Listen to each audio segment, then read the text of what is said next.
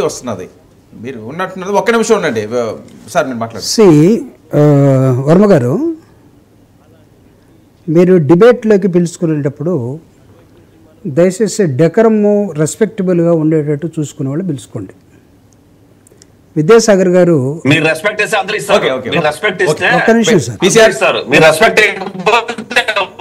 ఒక్క నిమిషం ఉండండి సార్, ఒక్క నిమిషం. నేను పేరు పెట్టి విద్యాసాగర్ గారు అని చెప్తున్నా, తనే చెప్తున్నాడు ఆయన మేధావి ముసుగులో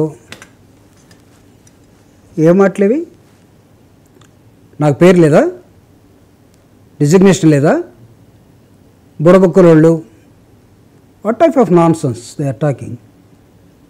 you should control first of all, but otherwise Prabhakar, don't talk nonsense with me. No. Teach me.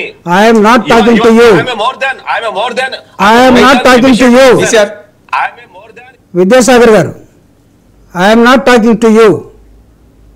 I am talking to the anchor. Listen carefully. Okay. Don't think that you are big.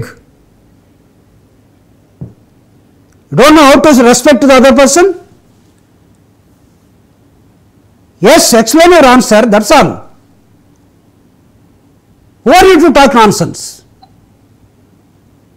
మీరు పిలిచేటప్పుడు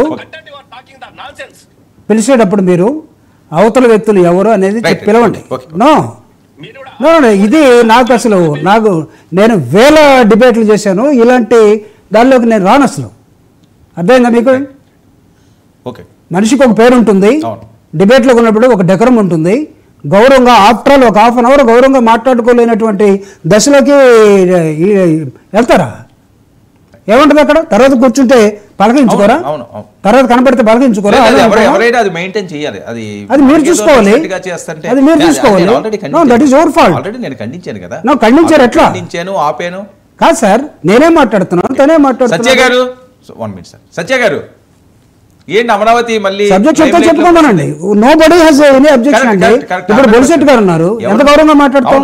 ఎవరైనా అలాగే మాట్లాడుతారు. విద్యాసాగర్ గారు ఉన్నారు, మా ఇద్దరికి ఎంత తగదుందా? After all ఈ subject he has to tell, my version I have to tell.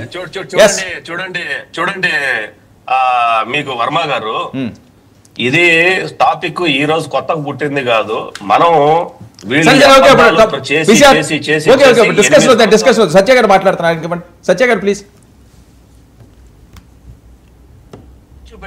Purushottam Reddy గారు మాట్లాడు.